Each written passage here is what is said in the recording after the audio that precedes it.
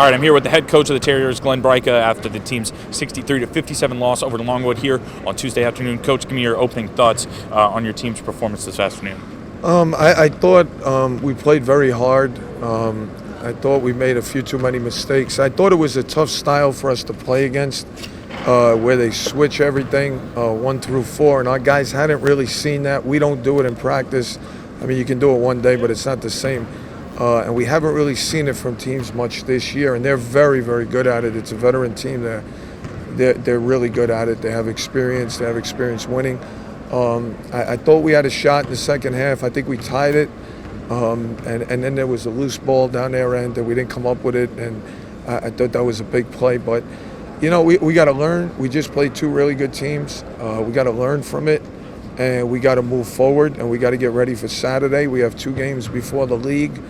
We want to try and get those and then go into the league ready to go. And you've preached with this team kind of defensive intensity all year. That's your calling card. That's what you've been working with the guys all year in terms of intensity. Do you feel like you got that more in this game than you have in the past? We usually get that. There's not many days we don't get that from these guys. We got to clean up some of the other stuff. We got to have ball movement, player movement. When the play, you know, you're not going to score every time you run a set. There's going to be times you don't run a set. And you have to be able to play without structure. You have to be able to, we need more ball movement, more player movement. There's too much dribbling.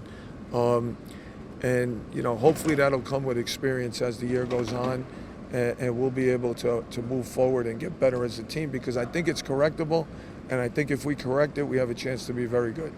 And your team has found offensive success this year with the three-point ball, not so much today, 5 of 24 from beyond the arc. What did you see there in terms of why the three-point game wasn't there the way you'd probably like it to be? Well, look, the way they play, it's very easy for you to fall into a trap, okay? So they play man-to-man, but they switch 1 through 4.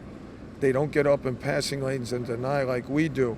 So it's almost like if the ball doesn't move, you're playing 1-on-5. It's like playing against the zone. And it's hard to get kids to understand they have to move the ball. And I think, you know, when we did it, when the ball hit 2-3 sides, we scored all the time, basically. And when it didn't, it's a recipe for disaster. Now, you can hit threes in those situations, but it's really fool's gold. And tonight we didn't hit the threes, so we came out on the wrong end. And you have to get kids to understand that, you know, you're not going to hit shots every night. You have to play the right way. And they're learning. They'll get better. But, you know, you can fall into that trap very easily. And I think our best games are when we shoot the ball better when we have a low percentage of our shots at threes. If it's 50% or better, or even 45%, that's not a recipe for success for us. And we fell into the trap a little bit today, and we jacked threes, and we got to learn from it. Now, one positive we can pull on here is Rob Higgins again having a great game for you guys, that veteran leadership. 14 points, 6 assists in this game. What did you see from Rob and some of the other guys in this game? He played like a veteran, and we expect that from Rob. His defense has been phenomenal. I mean, I don't know how many the kid 3 had today.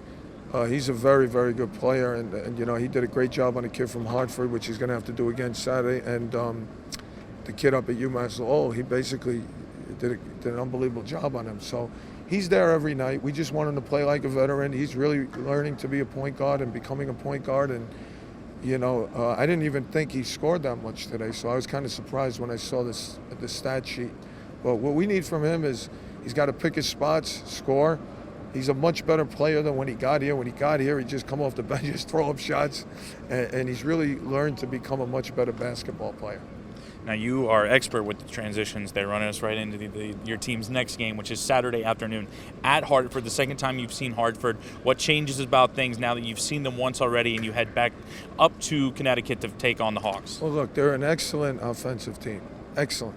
Okay? They run great offense. They have multiple shooters. They have guys who can play.